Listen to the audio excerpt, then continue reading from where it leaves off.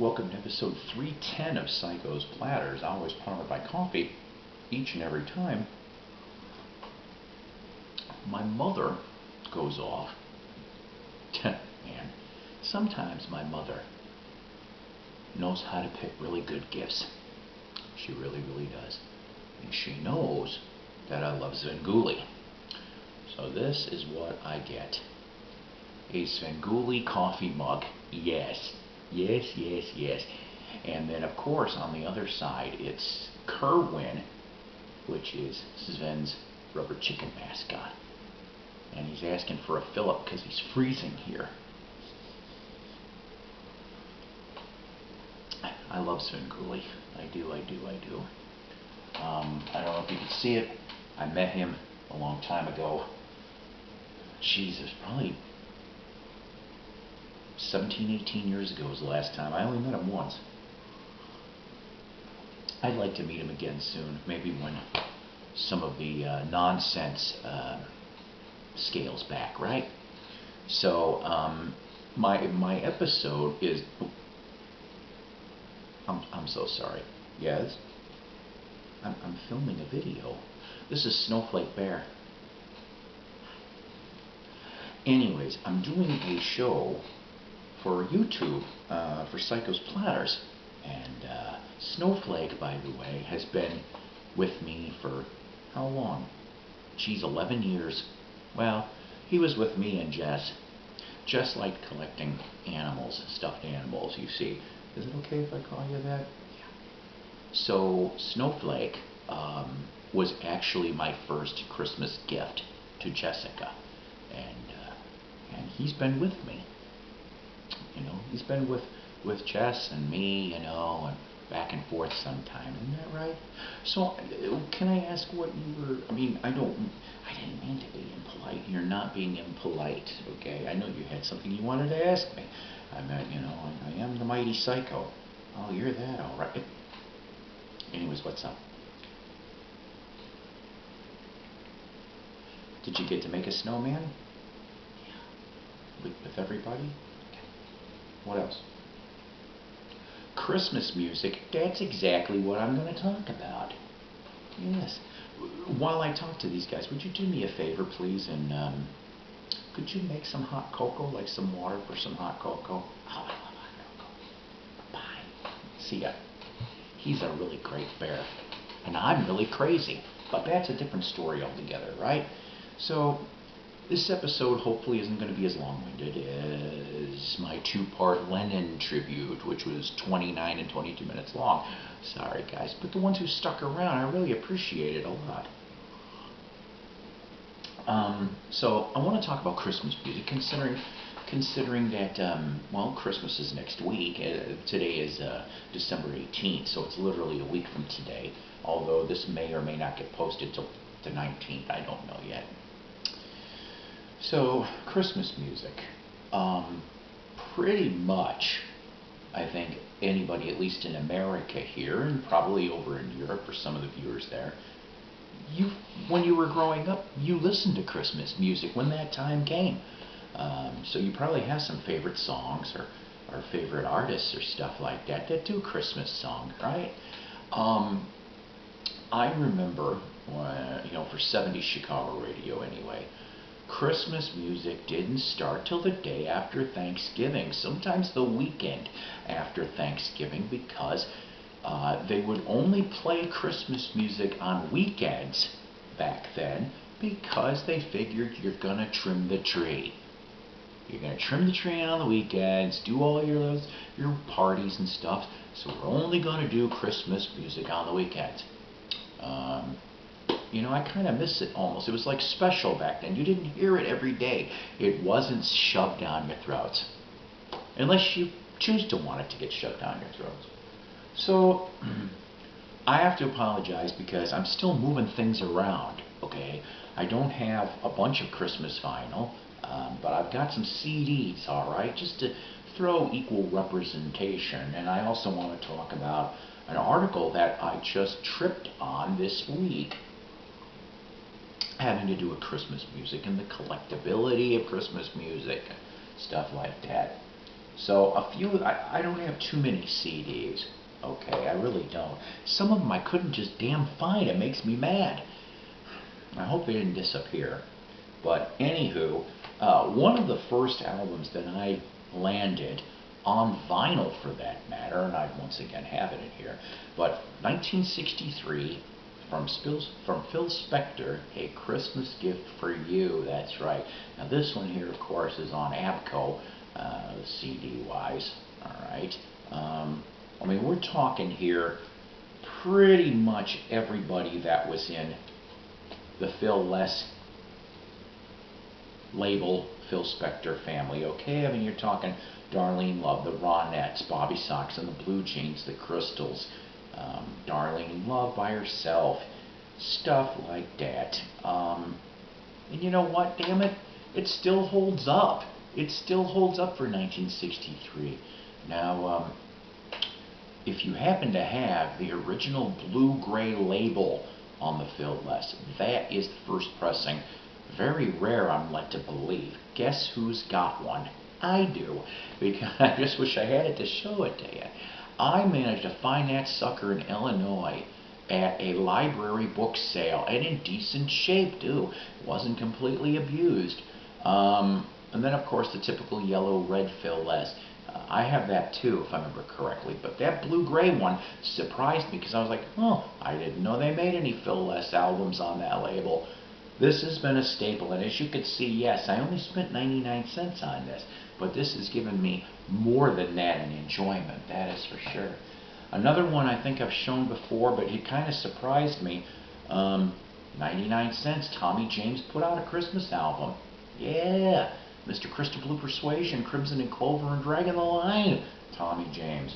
And one of the neat things about this, and I've played this and I really like it, you do have one song that actually you have all of the surviving Shondells, okay?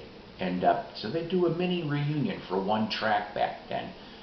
Now, unfortunately, I guess there's, I don't know, I keep hearing weird stuff between Tommy James and the Shondells, and they can't be called the Shondells anymore, so they call themselves the Crystal Blue Band. I don't know, but still, it's nice to be able to get this too. Let's see. Another one here that I love the band, but not so much the album. I mean, I think a couple cuts are really good on here, but some of it's eh. And that's Cheap Trick, Christmas, Christmas.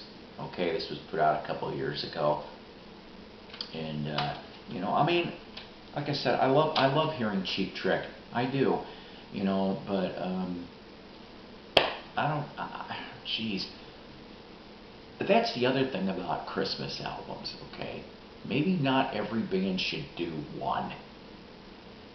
Maybe a Christmas single or Christmas EPs or something like that. Okay, but here's one here too for Cheap Trick, and then this one here. I'll be spinning it again over the weekend from 2 years back, actually from 2018 if I remember correctly.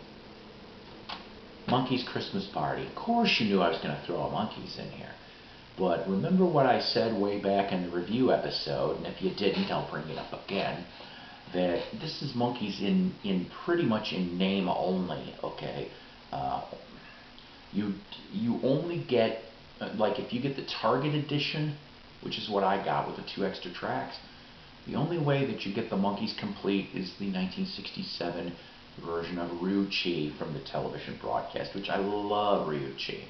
I think that's a very cool tune for them to do back in '67. The next one you have 3 of them. You've got Mickey, Mike, and Mickey, Davy, and Peter, excuse me, on the 1976 single Christmas Is My Time of Year, which was a fan club single back then. And that one's pretty cool. That's about as close as you get to Monkee stuff. Other than that, the rest is all solo Monkees. So it's Davy by himself from tapes from the late 80s, if I remember correctly, for his 2 tracks. And then Mike does some very cool stuff Mickey does some really cool stuff too. I like the originals. There is a couple originals on here, but I also do like his version of Wonderful Christmas Time. I think it's pretty cool. And then Peter Tork's last vocal appearance with, man, I'm sorry, I'm tired today.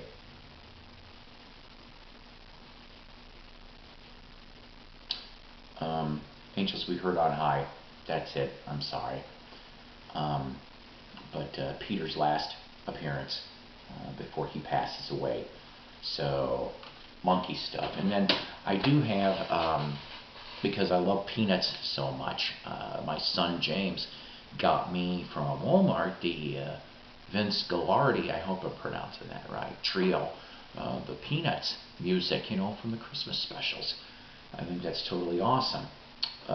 One thing, and I normally don't go off and do commercials for stuff like this, but the new Gold Mine, okay, Elton John on the cover, January 2021 cover date, okay, it actually brings up a couple pages, literally, and this kind of, I'm not going to lie, this gave me the idea for the episode. Goldmine's got an article for collecting Christmas, okay, and some of the things really kind of surprised me. I mean, all right, let's face it, we're all crate diggers, right? If we had $1 for every Christmas album we came across, yeah, we'd have at least about what, $10,000 over the years. We got a handful of pictures. Of course, the Christmas Gift to You, Andy Williams' Christmas album. They also touch on the collectability of the Firestone Christmas albums, the True Value Christmas albums. For you East Coasters, you New Yorkers, W. Grant, hope I'm pronouncing that right, because they shut down in '76.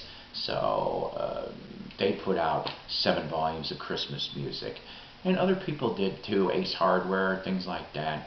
Then of course, they went away from vinyl pretty much after '90 and started doing cassettes and CDs. There is some minor collectability. Either try to buy the Gold Mine or see if you can find it online in regards to the collectability on certain Christmas records. It just kind of really was interesting in a way. It really was. So I want to ask you, and put down in the comments, there's other stuff that I like too, Christmas music wise. Of course, you know, on the Monkees, like I told you with that songs, on a Beatle bent. You know, one of the albums I really would love to get a hold of is that Beatles Christmas album, which, you know, I know obviously I'm never going to be able to afford the fan club records, but I would settle for, I would really love to have a real copy on Apple Records, but hell, even probably a boot, counterfeit, something like that, you know, just to have it all there. That would be one on my Christmas album want list, okay? I've got one of the Elvises. I think I need the other Elvis Christmas album too. And then of course, you know, I like John Lennon's Happy Christmas War is Over, and Paul McCartney's Wonderful Christmas Time. Kinks, Father Christmas. I love that tune. My radio station will play that once in a while. I think Jethro Tull. There's so a bunch of stuff. So what I want you to do though in the comments, please, is what's your favorite Christmas song or Christmas album, or just give me a couple Christmas songs, or maybe some memories attached to certain Christmas tunes and why you love them so much, or hey, did you end up going over to Firestone or True Value or W. Grant's to go pick up some of those Christmas albums back when they originally came out. I could have sworn I thought Woolworths had an edition too, but my mind plays tricks sometimes. Let's see, so hopefully next episode will be a review of McCartney 3, and hopefully anyway. If not, I've got some other things down the pipe. I love you guys, and take care. God bless. Rock on, and like and sub, please. I appreciate the few new subs that I did recently get. I'm sorry this was such a flyby episode. I will mention names in the next regular Psykos Platters. And don't forget to look for me, Psykos Platters, all one word, on Instagram. I'm over there too. I finally got my name changed on that to that. So take care, God bless, rock on, and Merry Christmas, Happy Kringle, and all those other fun little things. Okay? Yep. Coco's ready, Snowflake? Alright, I gotta go.